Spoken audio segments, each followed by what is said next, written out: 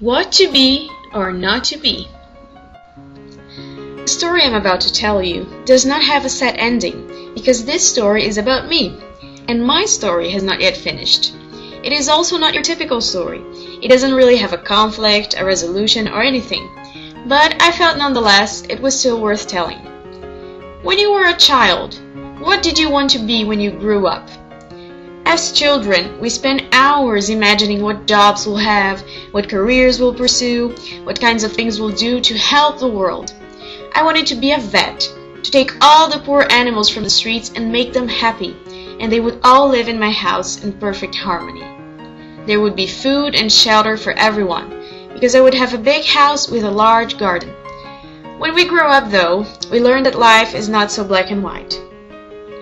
As a senior at the university, I am, in theory, already supposed to know what I want to do when I grow up. I started my modern languages course seeking a career as a translator, because even though the course's main objective is to develop teachers, there are other possible career options. When I began the university at 17, full of dreams and completely ignorant, I was pretty sure of what I wanted to do, because I saw no future in teaching, considering the working and salary conditions here in my country, Brazil. What I didn't expect was to absolutely fall in love with the profession of teaching. As I continued the course and left that immature girl in the past, at least I should hope so, I realized how much I love everything related to teaching. I love interacting with my students, making jokes in the class, drawing their attention to something important, noticing how they enjoy and appreciate learning. I love being able to make learning fun, to make it come to life. I simply love growing as a human being and allowing my students to grow along the way too.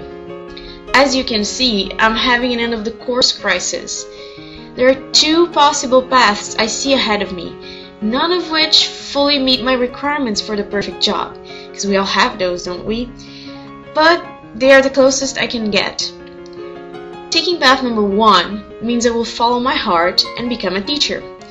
I will work more hours than I should for little payment, and I won't be able to do all the things or travel to as many places as I want to, but I will be absolutely satisfied with my job, knowing that I'm trying to change the harsh reality in Brazil.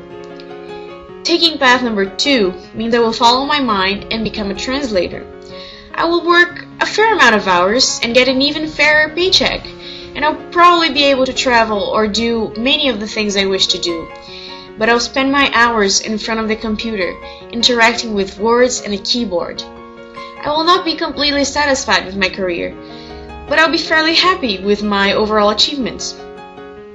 As I calmed down and gave more thought to it, I realized taking one path or the other offers the same possibilities of failure or success.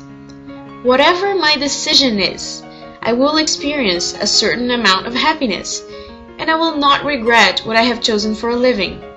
I might sometimes wonder what my life would have been like if I had taken a different path, but that doesn't mean I'll ever consider it right or wrong, but simply different. So, as Olivia Newton-John once said, I don't know what my path is yet, I'm just walking on it.